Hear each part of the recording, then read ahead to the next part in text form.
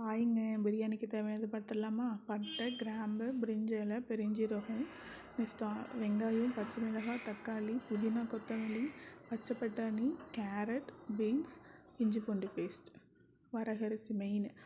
First ஒரு cooker வச்சுட்டு எண்ணெய் ஊற்றி பட்டை, கிராம்பு, பிரிஞ்சி இலை, பெருஞ்சீரகம் போட்டு நல்லா வறுத்துக்கலாம். வறுத்துட்டு நெக்ஸ்ட்டு க்ரீன் சில்லியை ஆட் பண்ணிக்கிறேன் 2 க்ரீன் சில்லி போட்டு நல்லா வதக்கினதுக்கப்புறம் ஆனியன் போட்டுக்குவேன். நான் பெரிய வெங்காயம் ஒரு வெங்காயம் எடுத்துருக்கேன், 2 தக்காளி எடுத்துருக்கேன். வெங்காயம் நல்லா பீன்ஸ் நார்மலாக ப்ரௌனிஷ் கலரில் வர அளவுக்கு வதக்குவோம். அதே மாதிரி தான் வெங்காயம் போட்டதுக்கப்புறம் தக்காளி வெங்காயம் நல்லா வதங்கினதுக்கப்புறம் இஞ்சி பூண்டு பேஸ்ட்டு நான் ஹாஃப் டீஸ்பூன் தான் இஞ்சி பூண்டு பேஸ்ட் போட்டிருக்கேன். நெக்ஸ்ட் அதுவும் நல்லா வதங்கினதுக்கப்புறம் ஒரு கைப்பிடி புதினாவும் கொத்தமல்லியும் சேர்ந்து ஒரு கைப்பிடி எடுத்திருக்கேன். அதுவும் போட்டு வதக்கிக்கலாம். புதினா கொத்தமல்லி வதங்கினதுக்கப்புறம் வெஜிடபிள்ஸ் போடணும்.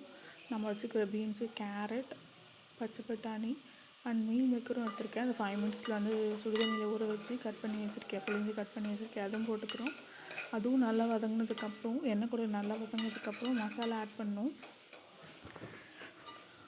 என்னென்ன மசாலா அப்படின்னா மஞ்சத்தூள், தனி மிளகாத்தூள், சிக்கன் மசாலா அண்ட் கரம் மசாலா, இந்த 4 மசாலா தான் நான் போட்டிருக்கேன். நெக்ஸ்ட்டு மசாலா போட்டு வனதுக்கப்புறம் தண்ணி ஊற்றிக்கணும். நான் ஒரு கிளாஸ் சின்ன கிளாஸில் ஒரு கிளாஸ் எடுத்திருக்கேன். அதே கிளாஸில் 2 கிளாஸ் தண்ணி ஊற்றிக்கணும். அது கரெக்டாக இருக்கும். எக்ஸ்ட்ரா ஊற்ற வேணாம். கரெக்டாக 2 கிளாஸ் தண்ணி ஊற்றினா போதும். ஸோ இந்த கிளாஸ் மூலியமாக தான் எடுத்திருக்கேன். ஒரு கிளாஸ் தான் எடுத்திருக்கேன். 2 கிளாஸ் தண்ணி ஊற்றிட்டு தேவையான அளவு உப்பு போட்டு வச்சுருக்கேன். போட்டு நல்லா கலந்துட்டு தண்ணி கொதிக்கணும். தண்ணி கொதிச்சதுக்கப்புறம் நம்ம எடுத்து வச்சுருக்க வரகரிசியை இதில் ஆட் பண்ணிக்கலாம்.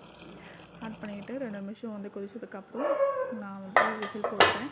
2 விசில் விட்டுருக்கேன். 2 விசில் விட்டு எவ்வளோ பொலன்னு வந்திருக்கு பாருங்கள். ரூம் மாதிரி இருக்குது.